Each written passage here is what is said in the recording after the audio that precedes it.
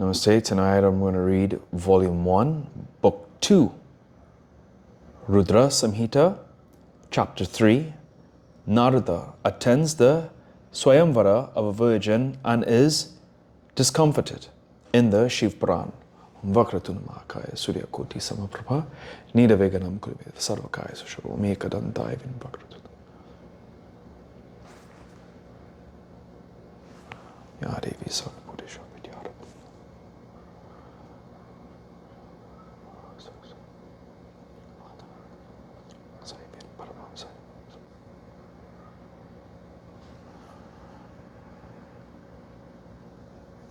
Shanti Mangala Kali.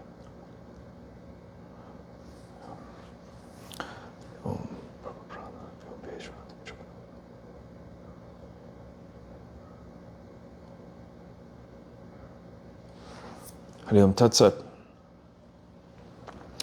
The sages said, Suta, O blessed Suta, the disciple of Vyasa, of obeisance to thee, it is due to thy grace that this wonderful story has been narrated to us. O dear one, now tell us in detail what Vishnu did after Narada had left the place. And where did Narada go?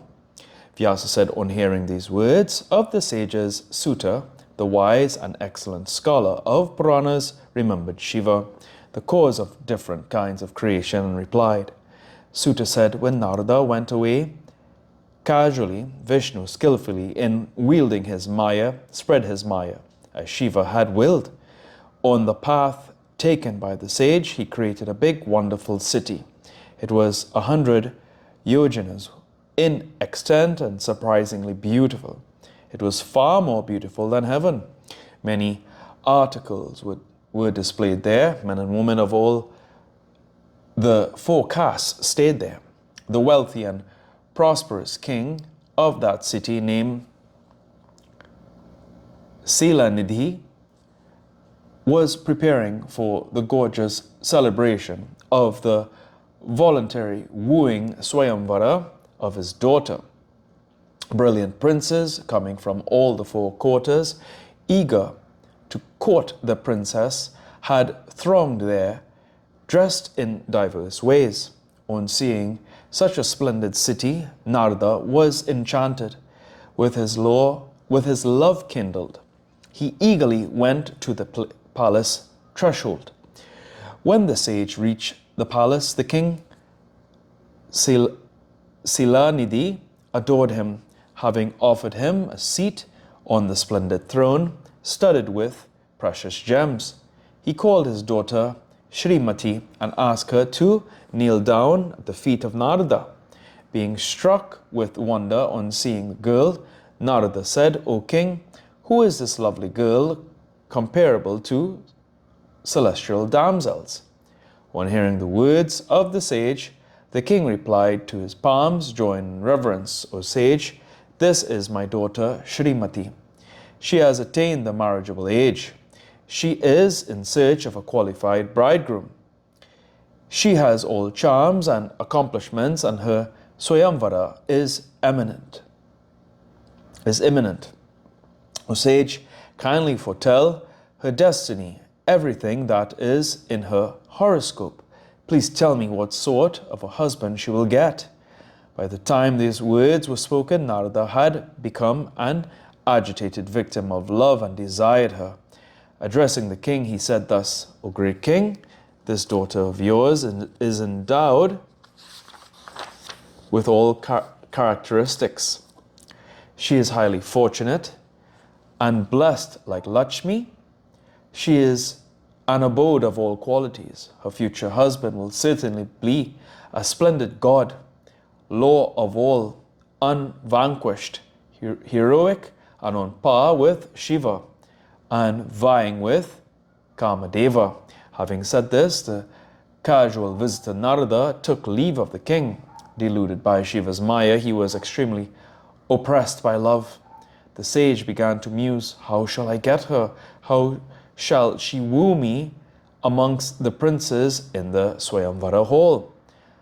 A comely appearance appeals to all women in every respect. Only by seeing a charming personality will she become enamored. Thinking thus, Narada, who was agitated by love, went to Vishnu Loka somehow to acquire Vishnu's form, to captivate her.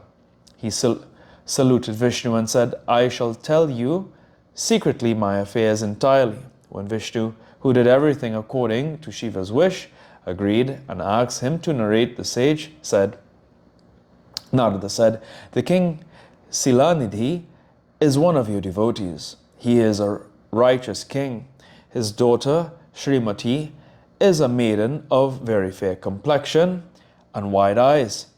She has the lustre of Jagan Mohini, enchantress of the universe, a manifestation of Vishnu, and is of the most beautiful woman in all the three worlds. O Vishnu, I wish to marry her without delay.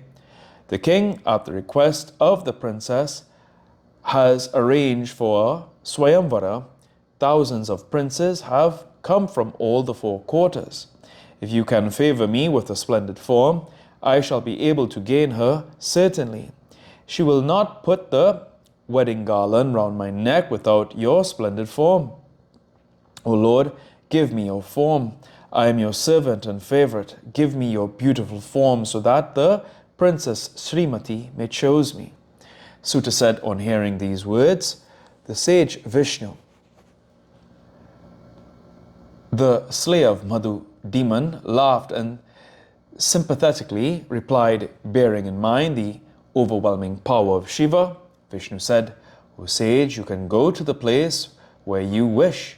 I shall do what is beneficent to you in the manner of a physician doing what is good to the patient, since you are a great favorite of mine.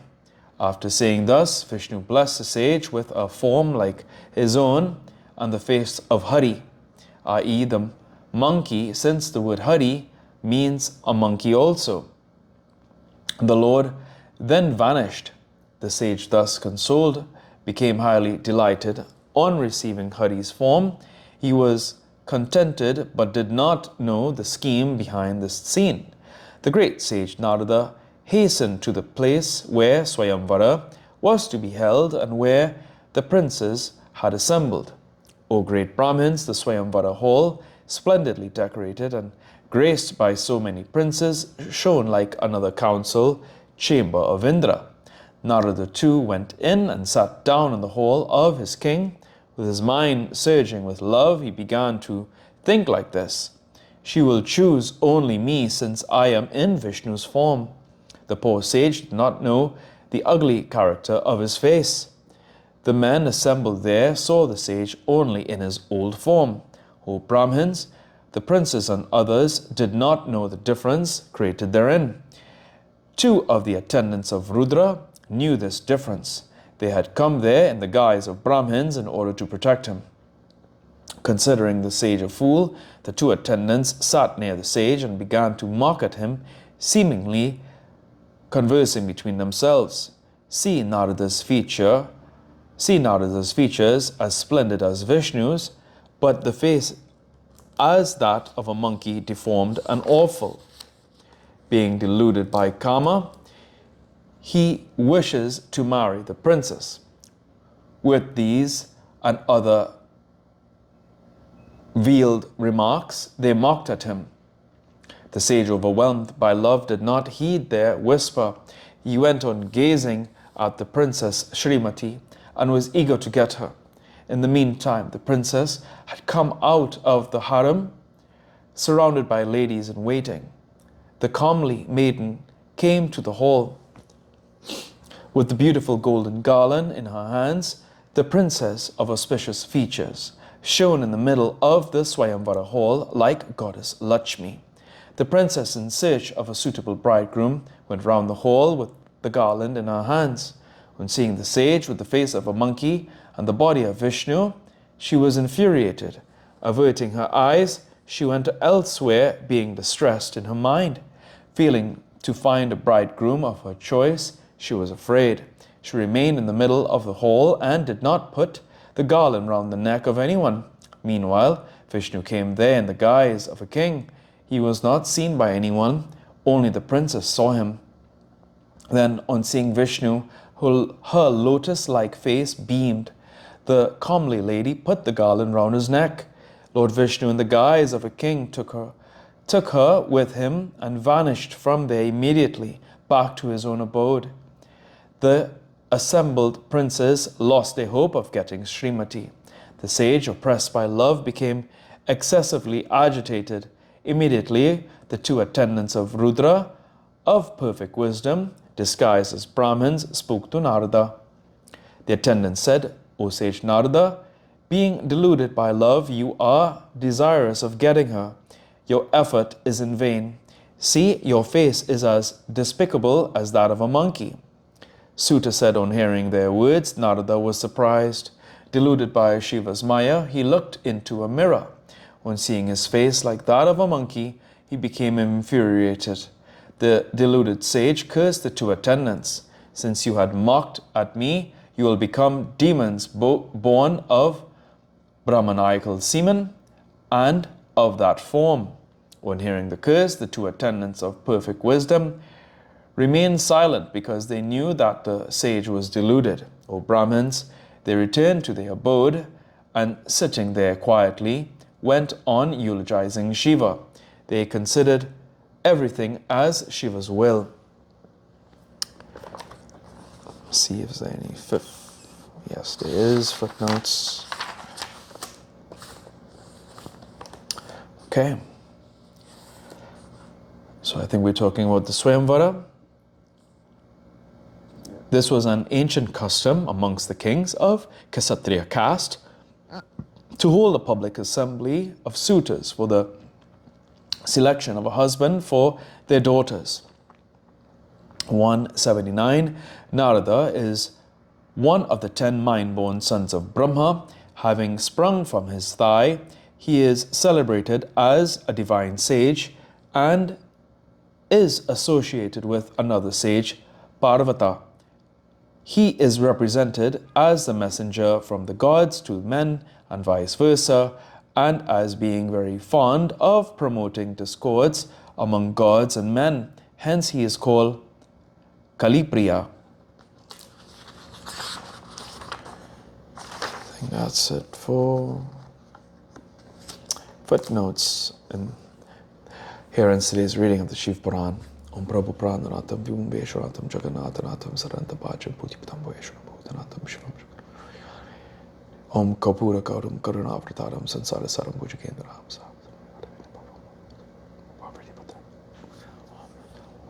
Kame Chame Sukhan Pishtivaram Urvarak Memadan Bechuksham Swam